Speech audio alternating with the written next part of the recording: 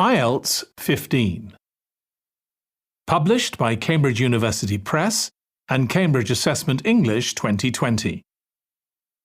This recording is copyright. Test 1. This is the IELTS listening test.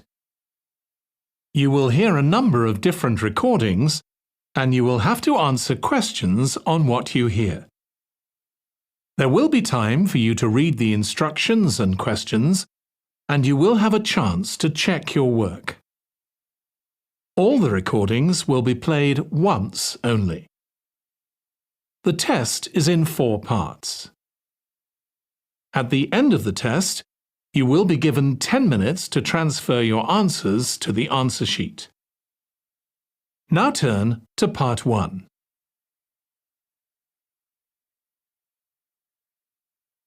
Part 1. You will hear a woman phoning a friend to get information about a job agency. First, you have some time to look at questions 1 to 5.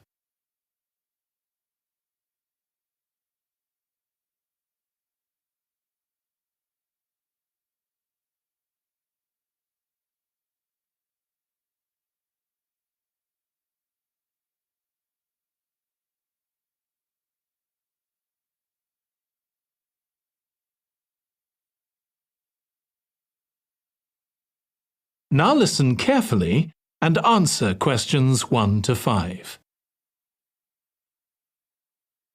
Hello, William. This is Amber.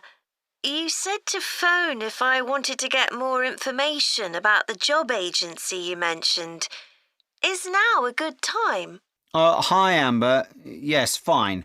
So the agency I was talking about is called Bankside.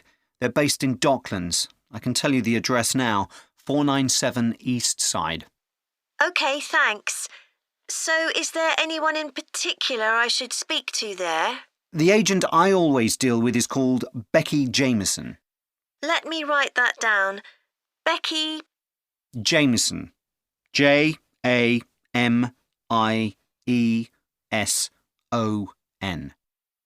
Do you have her direct line? Yes, it's in my contacts somewhere. Right, here we are. 07866 510 333. I wouldn't call her until the afternoon if I were you. She's always really busy in the morning trying to fill last-minute vacancies. She's really helpful and friendly, so I'm sure it would be worth getting in touch with her for an informal chat. It's mainly clerical and admin jobs they deal with, isn't it? That's right. I know you're hoping to find a full-time job in the media eventually, but Becky mostly recruits temporary staff for the finance sector, which will look good on your CV and generally pays better too. Yeah, I'm just a bit worried because I don't have much office experience. I wouldn't worry. They'll probably start you as a receptionist or something like that. So what's important for that kind of job isn't so much having business skills or knowing lots of different computer systems, it's communication that really matters, so you'd be fine there. And you'll pick up office skills really quickly on the job. It's not that complicated. OK, good. So how long do people generally need temporary staff for? It would be great if I could get something lasting at least a month. That shouldn't be too difficult. But you're more likely to be offered something for a week at first, which might get extended. It's unusual to be sent somewhere for just a day or two. Right. I've heard the pay isn't too bad. Better than working in a shop or a restaurant. Oh, yes, definitely. The hourly rate is about £10, $11 if you're lucky. That's pretty good. I was only expecting to get £8 or £9 an hour. Before you hear the rest of the conversation, you have some time to look at questions 6 to 10.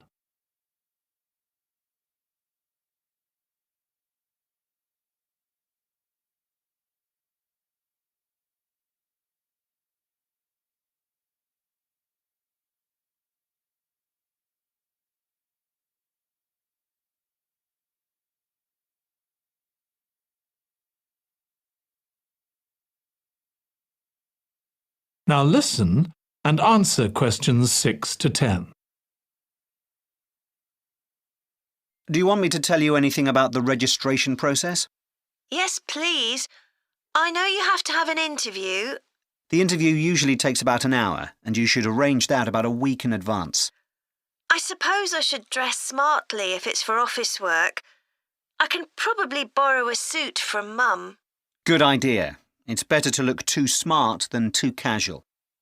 Will I need to bring copies of my exam certificates or anything like that? No, they don't need to see those, I don't think. What about my passport? Oh yes, they will ask to see that. OK. I wouldn't get stressed about the interview, though. It's just a chance for them to build a relationship with you, so they can try and match you to a job which you'll like. So there are questions about personality that they always ask candidates, fairly basic ones. And they probably won't ask anything too difficult, like what your plans are for the future. Hope not. Anyway, there are lots of benefits to using an agency. For example, the interview will be useful because they'll give you feedback on your performance so you can improve next time. And they'll have access to jobs which aren't advertised. Exactly. Most temporary jobs aren't advertised. And I expect finding a temporary job this way takes a lot less time. It's much easier than ringing up individual companies. Yes, indeed. Well, I think I've covered it. That is the end of Part 1. You now have 1 minute to check your answers to Part 1.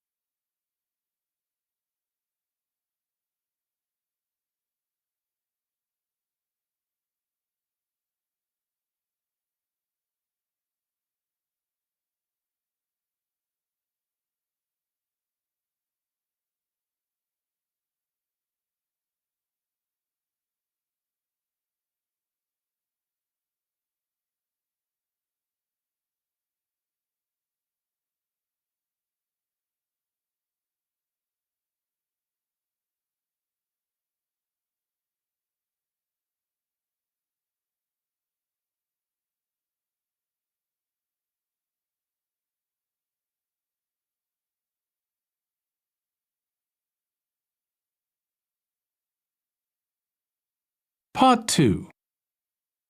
You will hear a woman giving a presentation about a holiday on an island in Britain that her company organises. First, you have some time to look at questions 11 to 14.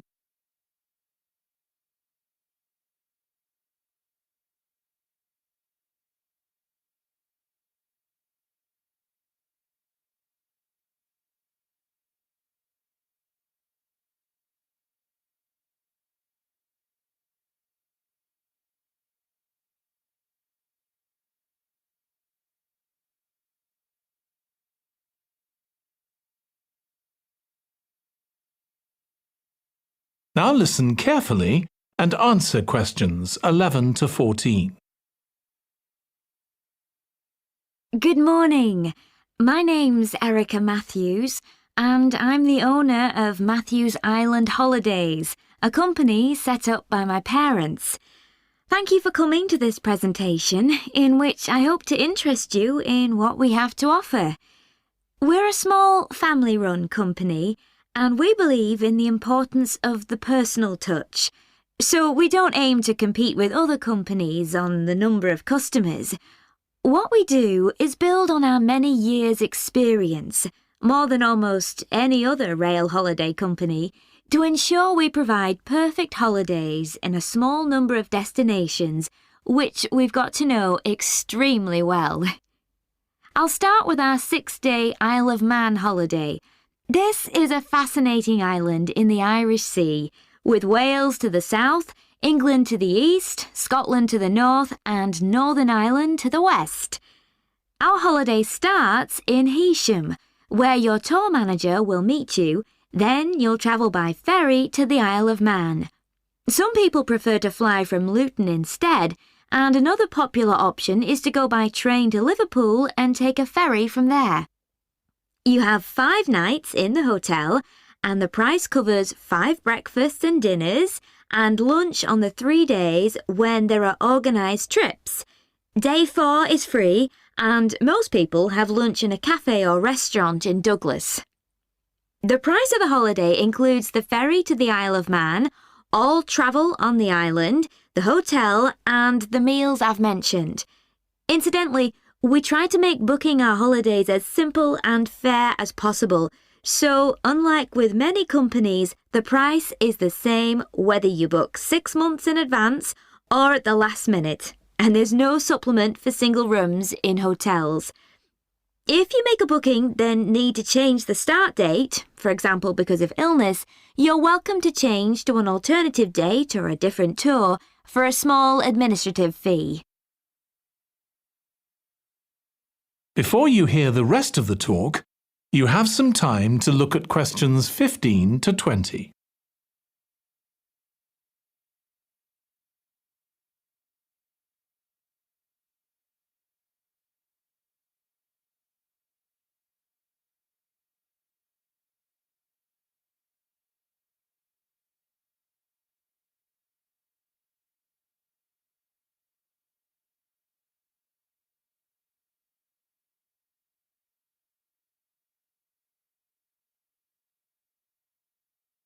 Now listen and answer questions 15 to 20.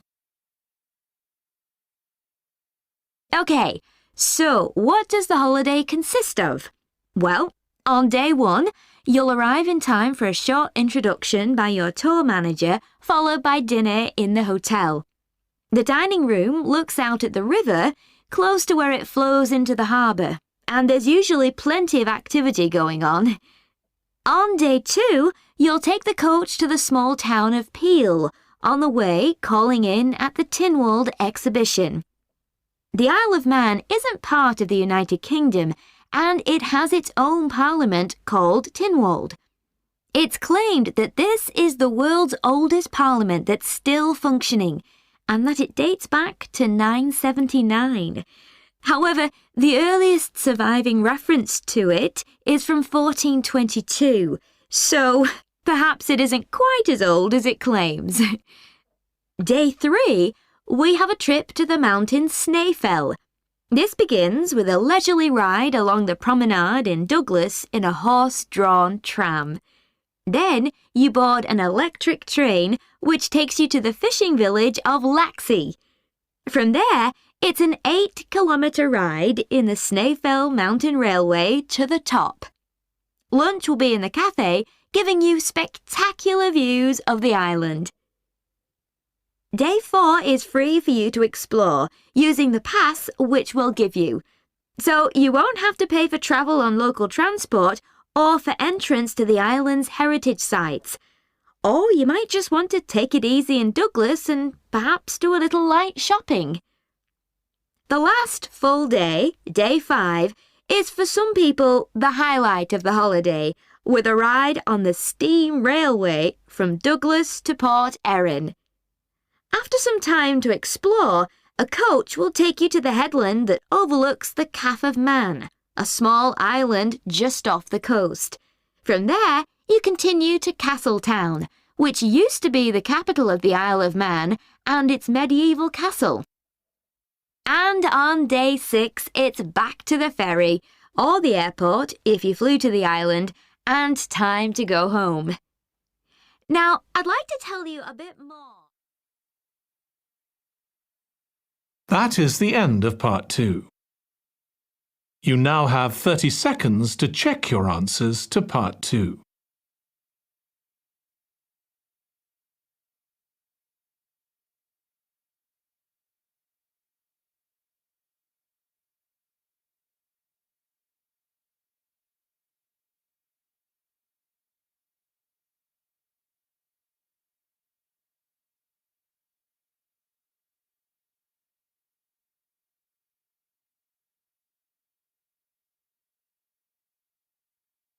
Part 3. You will hear 2 psychology students discussing the effects of the order in which the children in a family are born. First, you have some time to look at questions 21 to 26.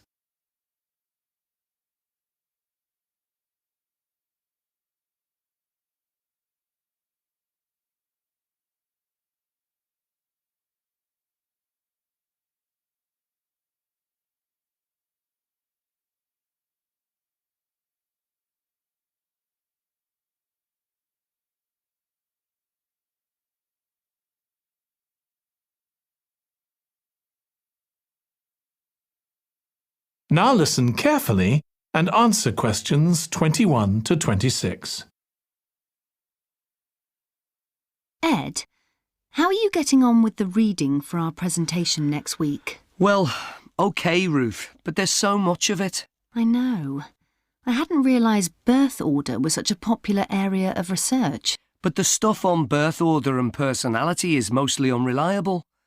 From what I've been reading, a lot of the claims about how your position in the family determines certain personality traits are just stereotypes, with no robust evidence to support them. OK, but that's an interesting point. We could start by outlining what previous research has shown. There are studies going back over 100 years. Yeah, so we could just run through some of the typical traits. Like the consensus seems to be that oldest children are generally less well-adjusted because they never get over the arrival of a younger sibling. Right, but on a positive note, some studies claim that they were thought to be good at nurturing. Certainly in the past, when people had large families, they would have been expected to look after the younger ones. There isn't such a clear picture for middle children, but one trait that a lot of the studies mention is that they are easier to get on with than older or younger siblings. Generally eager to please and helpful, although that's certainly not accurate as far as my family goes.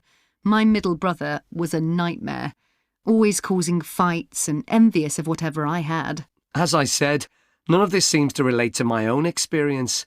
I'm the youngest in my family, and I don't recognise myself in any of the studies I've read about. I'm supposed to have been a sociable and confident child who made friends easily, but I was actually terribly shy. Really? That's funny. There have been hundreds of studies on twins, but mostly about nurture versus nature. There was one on personality which said that a twin is likely to be quite shy in social situations because they always have their twin around to depend on for support. My cousins were like that when they were small. They were only interested in each other and found it hard to engage with other kids. They're fine now, though. Only children have had a really bad press. A lot of studies have branded them as loners who think the world revolves around them because they've never had to fight for their parents' attention. That does seem a bit harsh. One category I hadn't considered before was children with much older siblings. A couple of studies mentioned that these children grow up more quickly and are expected to do basic things for themselves, like getting dressed. I can see how that might be true, although I expect they're sometimes the exact opposite, playing the baby role and clamouring for special treatment. Before you hear the rest of the discussion, you have some time to look at questions 27 to 30.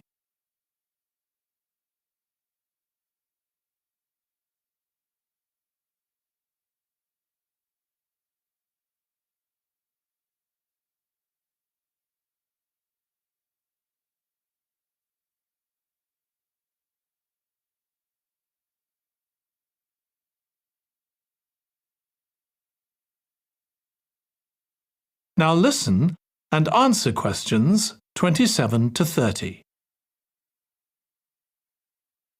What was the problem with most of these studies, do you think? I think it was because, in a lot of cases, data was collected from only one sibling per family, who rated him or herself and his or her siblings at the same time. Some of the old research into the relationship between birth order and academic achievement has been proved to be accurate, though. Performances in intelligence tests declined slightly from the eldest child to his or her younger siblings. This has been proved in lots of recent studies. Yes, although what many of them didn't take into consideration was family size. The more siblings there are, the likelier the family is to have a low socio-economic status, which can also account for differences between siblings in academic performance. The oldest boy might be given more opportunities than his younger sisters, for example. Exactly. But the main reason for the marginally higher academic performance of oldest children is quite surprising, I think. It's not only that they benefit intellectually from extra attention at a young age, which is what I would have expected. It's that they benefit from being teachers for their younger siblings by verbalising processes. Right. and this gives them status and confidence, which again contributes in a small way to better performance.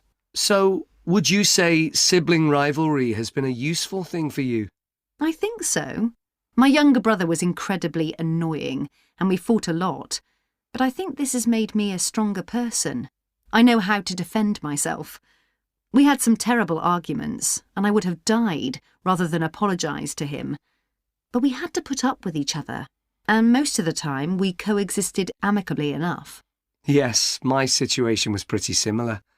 But I don't think having two older brothers made me any less selfish. I was never prepared to let my brothers use any of my stuff. That's perfectly normal, whereas sometimes... That is the end of part 3. You now have 30 seconds to check your answers to part 3.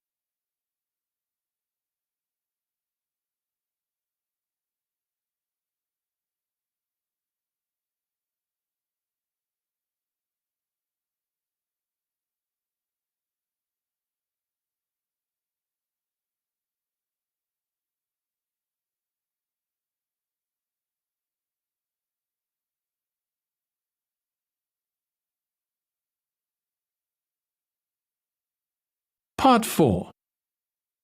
You will hear a student giving a presentation about a type of tree known as the eucalyptus, which is common in Australia.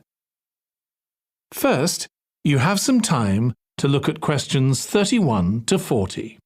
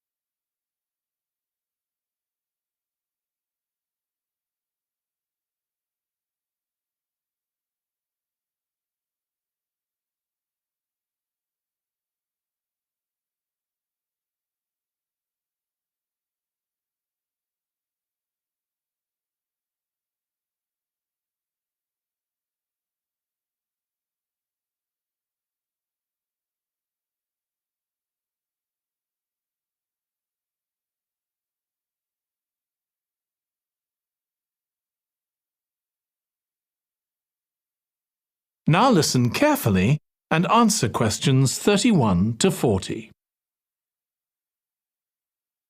Today, I'm going to talk about the eucalyptus tree.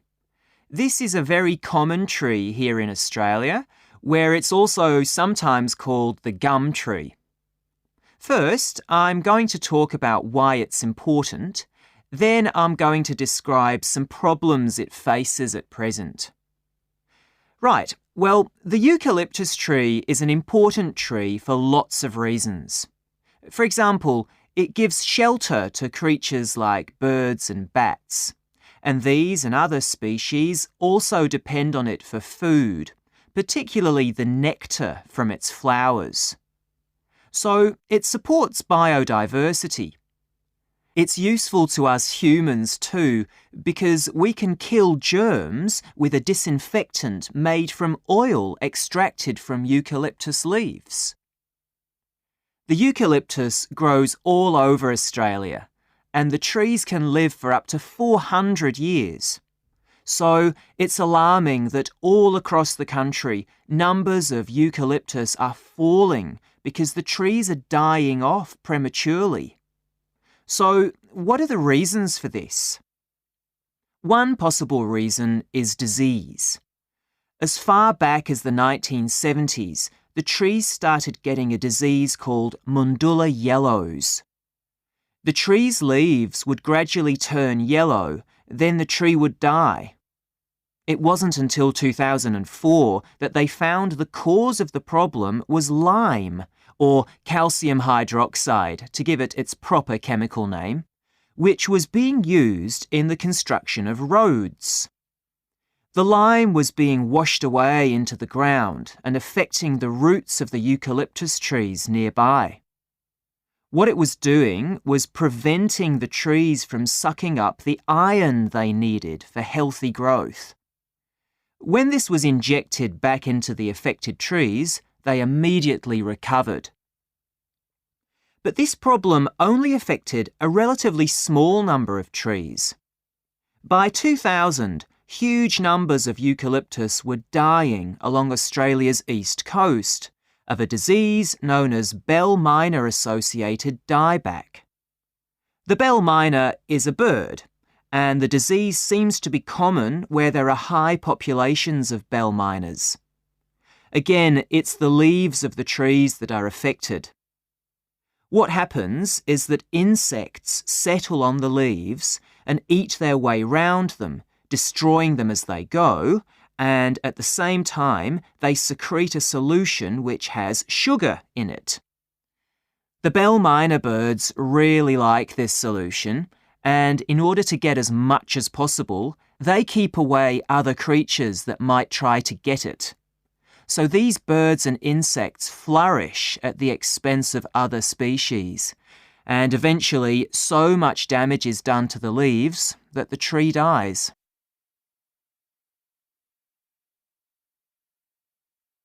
But experts say that trees can start looking sick before any sign of bell minor-associated dieback. So it looks as if the problem might have another explanation. One possibility is that it's to do with the huge bushfires that we have in Australia. A theory proposed over 40 years ago by ecologist William Jackson is that the frequency of bushfires in a particular region affects the type of vegetation that grows there. If there are very frequent bushfires in a region, this encourages grass to grow afterwards, while if the bushfires are rather less frequent, this results in the growth of eucalyptus forests. So why is this? Why do fairly frequent bushfires actually support the growth of eucalyptus? Well, one reason is that the fire stops the growth of other species which would consume water needed by eucalyptus trees. And there's another reason. If these other quick-growing species of bushes and plants are allowed to proliferate, they harm the eucalyptus in another way by affecting the composition of the soil and removing nutrients from it.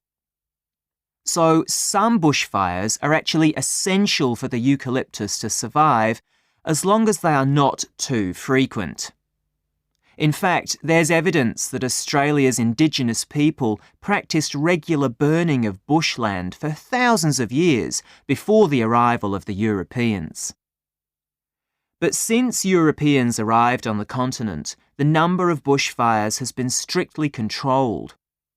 Now, scientists believe that this reduced frequency of bushfires to low levels has led to what's known as dry rainforest, which seems an odd name as usually we associate tropical rainforest with wet conditions. And what's special about this type of rainforest?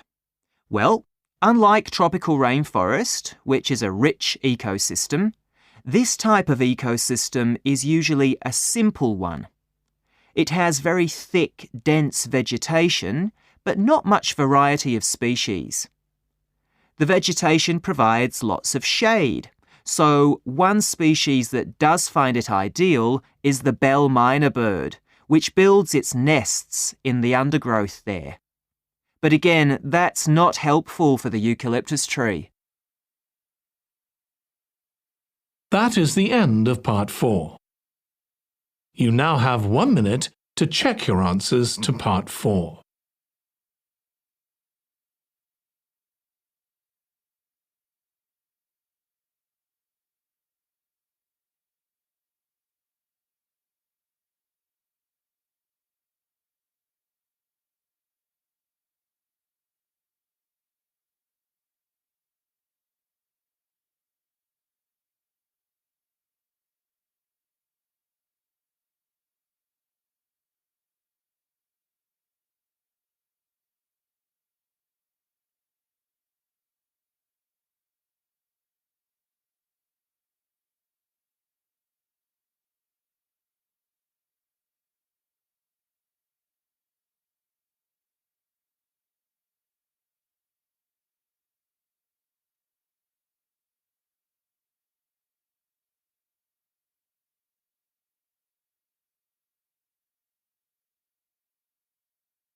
That is the end of the listening test.